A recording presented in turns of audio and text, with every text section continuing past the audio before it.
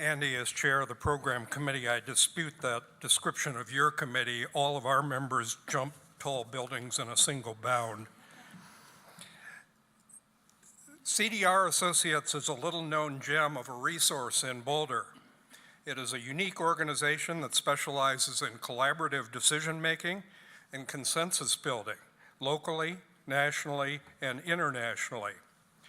They are one of the original organizations in the field of conflict resolution and literally wrote the books on the subjects of mediation and negotiation. They have trained thousands of mediators, negotiators, and facilitators at their facility here in Boulder. When I served on the board of CDR Associates 20-some years ago, Jonathan Bartsch was the young, hotshot newcomer to the staff. Today, he is the CEO and principal of the organization. Jonathan is in high demand among federal and state agencies to bring the public and governmental entities together to solve problems and make decisions, especially in the areas of natural resources and transportation. He is recently back from working on a land dispute in Zimbabwe and promises to tell us some stories from that experience. Off the clock, Jonathan relaxes by playing the cello, running mountain trails, skiing, and hanging out with his wife Juliet and his son and daughter, both of whom play basketball for Boulder High School. Jonathan, we look forward to your remarks.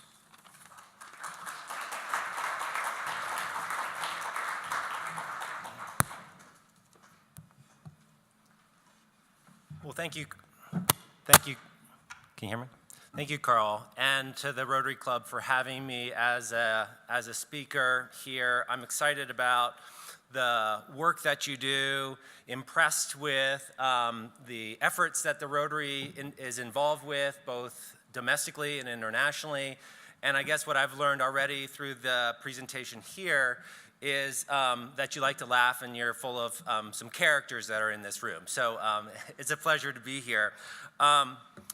My personal background is in international relations, international aid and development, and I spend a lot of time studying and working in the Middle East. I studied and lived in Israel and the West Bank, and I became fascinated with the idea of conflict, about the idea that how do you and how can you play a role, a productive role, in situations of polarized conflicts, where there's a challenge in those situations where you're either with us or you're against us, and that if you're in between, you're highly suspect. And so I pursued a master's degree in this field, an interdisciplinary field of conflict transformation, with the idea of trying to explore that idea. What are the productive, constructive ways in which that you can help communities, individuals, groups, and societies that are in conflict with one another to do better, and particularly the values around nonviolent change in particular, but recognizing the need for and the value of change. And so that was, and so today what I'd like to talk about is CDR Associates and some of the key concepts that inform the work that we do, and a series of very small vignette cases and projects, recent projects that illustrate those concepts. So we're a 40-year-old nonprofit. We're a 501c3 here in Boulder. We actually started it in a basement in Denver and sat around little kids' chairs when there wasn't a nursery that was occurring there, and over the years have, for the last 30-some years, been here in Boulder, focused primarily on mediation, facilitation, stakeholder engagement, public engagement, around environmental and community issues. The work at CDR Associates is informed by values around transparency and good information, that better decisions can be made through engaging with communities and including the range of voices that need to be heard or will be impacted both directly, indirectly, and in the future. and that there are skills that are necessary in order to support those. And so our mission over the 40 years has changed quite a bit, but those values that underpin the work that we do and is in major congruence with the values of the Rotary Club sort of inform the work that we do. So we literally started the organization 40 years ago. I did not. I've only been there 20 years, with focus on barking dog issues. Recently, we celebrated our 40th anniversary, and we had the pleasure to look back over the 4 decades of our work about what are 4 projects that really were instrumental and significant.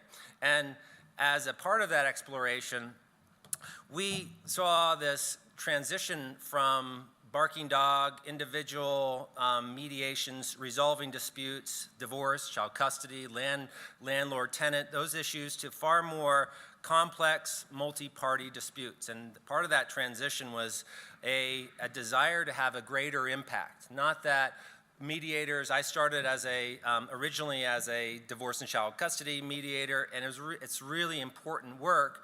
The scale that CDR has always wanted to work at is a little bit bigger than that, and having a broader impact associated with that. And as part of our mission, it was to support the field of dispute resolution.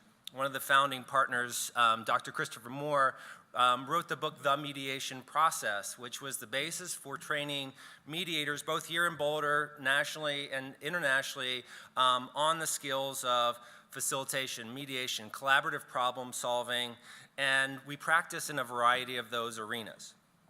Over time, and more recently, our focus has moved from the back end of resolving disputes as they arise, challenging, important work that's ongoing in multiple arenas, to applying collaborative problem solving to ahead of time and as building into large-scale infrastructure development or water projects and those type of things that prior to disputes occurring or in anticipation of conflicting and or differing perspectives, how do we apply those same set of skills versus typically what we heard was, boy, you should have called us a couple years earlier because the situation, lawsuits, and all of those kind of things had deteriorated.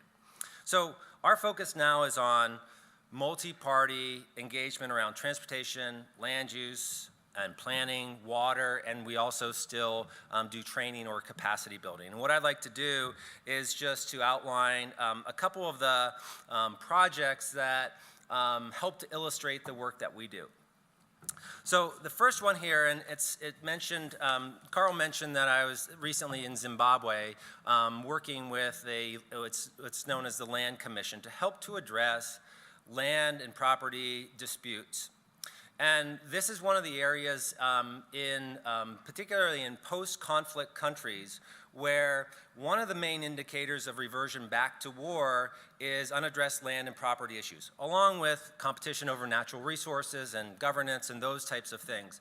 Communities, individuals that can't return to their ancestral lands, that can't grow crops to support their families, are far more likely to be able and be swayed by militant groups that are advocating for change. And so as part of that initiative, we've been working primarily with the Norwegian Refugee Council and a group called Landessa, who advocate for the land tenure for the poorest of the poor.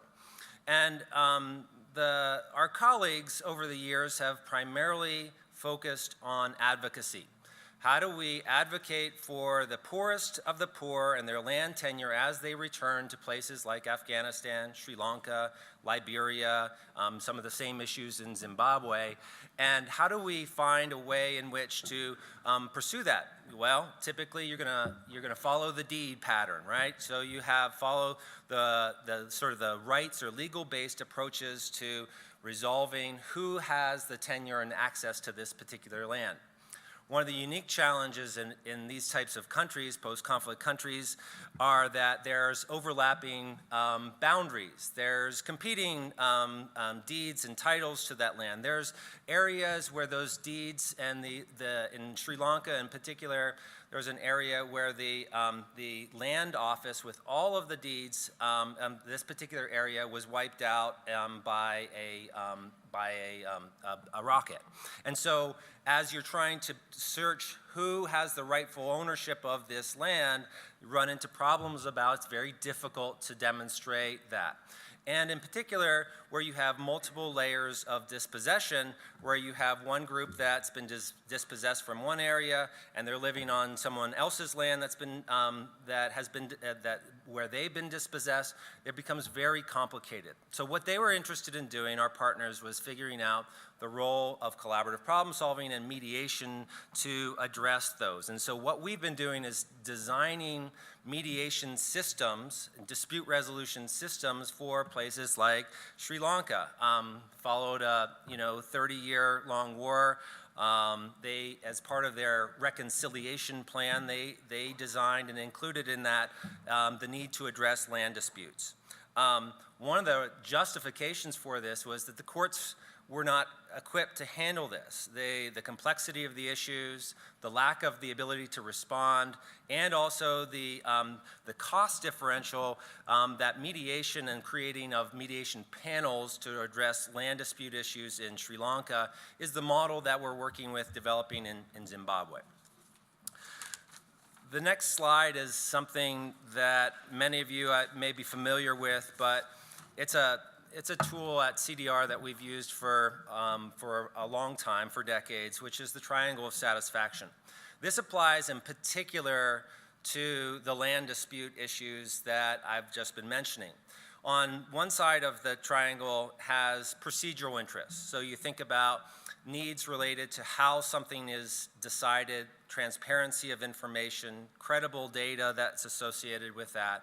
And people have, and groups have, procedural interests about being involved. We often like to say that people support a world that they help to participate in. That's a procedural interest associated with that. On the other side is a psychological side of the triangle, and that has to do with how people feel, whether they're respected, heard, listened to, taken seriously. And finally, on the bottom, in the case of land disputes, are these substantive types of interests about where are you going to farm your land, where is your house going to be located, how is that with a variety of other kinds of things, and that in Sri Lanka and in Zimbabwe and a couple of other examples, the focus on interest versus on rights with the communities has been helpful in resolving literally hundreds and hundreds of land dispute issues. I want to turn to another area that I mentioned is our area of focus was in water. And the example here is in Idaho, it's the Eastern Snake Plain Aquifer. And that's about 10,000 square miles in eastern Idaho. It's the breadbasket of Idaho, the Snake River, and then what we call the hydrologically connected Eastern Snake Plain Aquifer. So what that means is that surface water, Snake River water, goes into the ground, becomes groundwater. Groundwater emerges at different points within this large area, becomes surface water. They're hydrologically connected. There had been an approximately 20-year war between surface water users and groundwater users about the impacts to a declining aquifer. There were 3 previous attempts to negotiate a resolution to this because this threatened the economic livelihood of Idaho significantly. They approximated 40% of their GDP came from this area, primarily growing crops and wheat and barley and those types of things. And that they tried to negotiate through one with the governor who his negotiating approach was we're going to go, I think the word was we're going to go to the woodshed and we're going to bang some heads and we're going to get an agreement. Okay? That didn't work out very well. They appealed to a former federal prosecutor, somebody that had significant ties with that at the time that the administration, who could also bring some sort of goodies to the table, some incentives associated with water conservation, other kind of benefits in particular. And the challenge was that this former federal prosecutor only involved a small number of these key water users. the legislature got involved and said, instead of trying to negotiate, what we're going to try to do is collaboratively develop a management plan. And so what that meant was, in our strategy, was broadening those who were participating. So building off of sort of the principles that I mentioned of inclusivity and engagement, but also bringing more people, more ideas to the table to help to address disputes associated with this. And we were able to ultimately pass legislation and to create a new management plan for the Eastern Snake Plain Aquifer, including who would pay for it.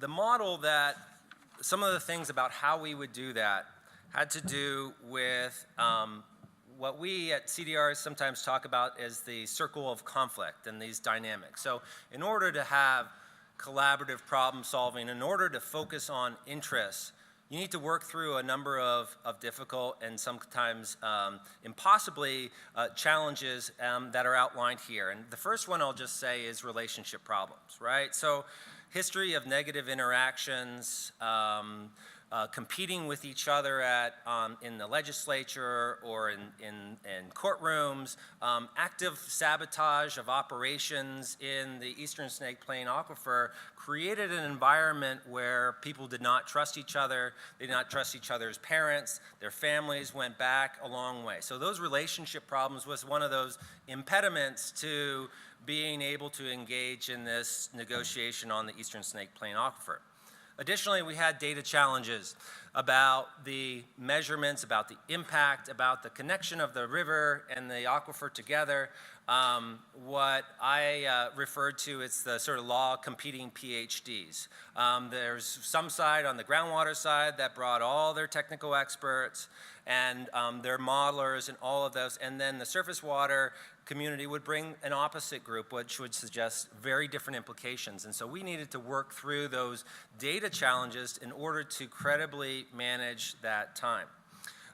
Structural constraints, different types of decision-making and very different values, whether they be on recreational interests or others. And so this is a tool that we often use. Some people call it the wagon wheel of despair, all the things that can go wrong and do go wrong in collaboration, as a way of sort of really thinking about both a conflict lens as well as a strategy. Some of you, this was one of my most influential or impactful negotiations, assisted negotiations, was the US 36 Environmental Impact Statement. And this was a 6-year effort to improve mobility along the US 36 corridor. I'm sure many of you have drive and are engaged in this process. There was a partnership and that there was a disagreement. There's a disagreement about what that vision of the US 36 corridor looked like. And this was based on history. A group of mayors and commissioners in this corridor had got together and produced a vision associated with what that US 36 corridor could be, including HOV lanes, bike lanes, other kinds of things. The transportation agencies in the state at the time had a different vision for what that corridor should be. In fact, we're building off of the lessons of the South Denver project called T-Rex, which was shortly after that project was built. Congestion levels were very similar to prior to construction. And so the Department of Transportation said, you know, we will no longer do general purpose lanes. Here we have these conflicting visions. We had this process, an environmental impact statement that was meant to look at the impacts, the benefits, and those kinds of things, and that through collaborative problem solving, those disagreements were worked out through this preferred alternative committee. And I won't go into the details of it because many of which that you see, at least in terms of the phase 1 that's been constructed. We have there's a saying, I had a Ghanaian friend who had a saying that says, a good bowl of soup attracts chairs, right? Think about that, right? So, you know, and in the US 36 case, it was a good plan, an agreed upon plan attracted funders and money. And that's part of the reason why you collaborate, which is because you collaborate in order to compete. that in order to compete for national funding, federal funding, there was a need for coming together. It's a driving force, and understanding sort of collaboration and competition and how those work was a really important part here on US 36. Here's a very funny photo of myself at I think it's an extraction oil and gas site in Weld County. Worked with the Broomfield Oil and Gas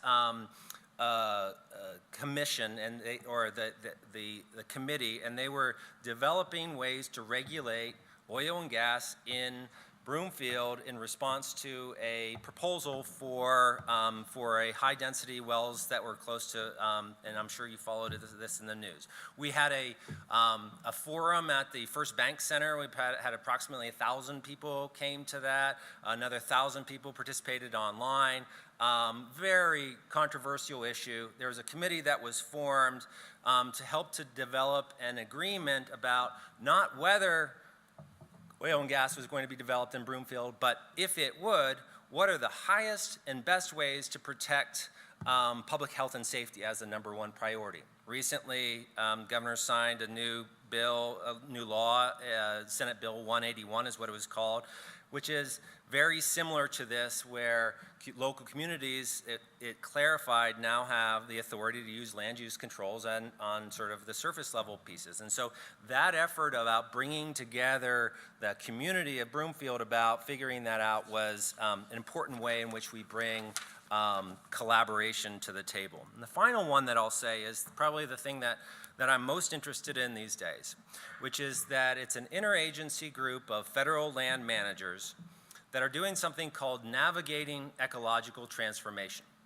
And so ecological transformation is a concept, is a concern about ecosystems rapidly transforming into different types, as which is probably most illustrated on the Kenai Peninsula. That's moving from a spruce forest to a savanna grasslands as a result of directional change or driving forces exacerbated by climate change. And I'm working with this group of federal land managers to develop guidance and training around how do they think about ecological transformation and not just resist that change, but to manage it. You've seen in the New York Times recently a number of different articles associated with ways in which to do this. And so last week we were in Madison, Wisconsin. We presented our work to the National Adaptation Forum. Very well received, actually great feedback from it. And the idea is to create both a focus on and working across these land management agencies, all with different missions, mandates, and those types of things to create something that can help to guide our federal lands and consider, as part of the Climate Smart tool process, how ecological transformation fits into this. So I spent a lot of time on that. And then I think finally what I'd like to say is, well, thank you. Thank you for having me. But that this work is important, and that all of you, including in your mission and the work that you do with the Rotary, helping to support peace, helping to support improve decision-making and improve societies and repair relationships, is a big part of what gives excitement and energy to this. And so that in this time, there's a lot of reasons for pessimism at a broad scale. And at the same, for whether you call it, whether it's climate change or politics or environmental issues, you name it.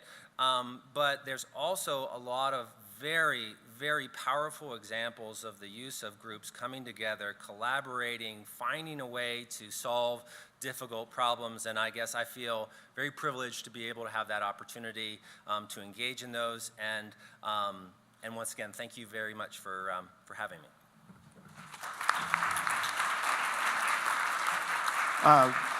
So, Jonathan, I think we've got at least 5 minutes for, Daryl, is this true? For some questions, if you're open to some questions? Yes, from the sure. crowd? Okay. Question with respect to where we are in terms of government and applications of your process. If you were a cabinet member, how would you address this? A cabinet member to whom?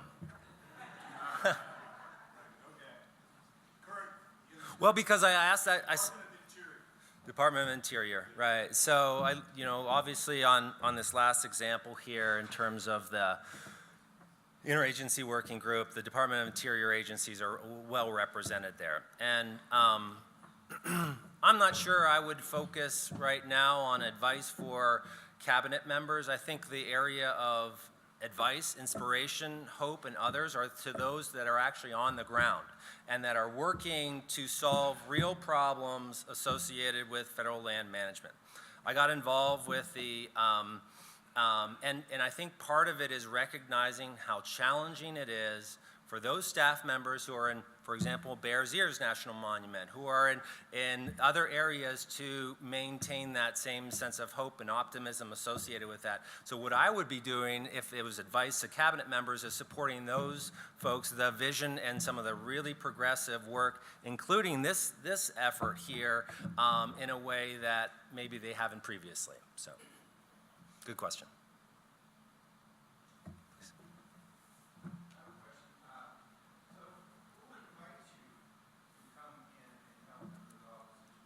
Yeah. And how do you get compensated, or how are you fundraise to do what you do as a nonprofit? Yeah. So good question.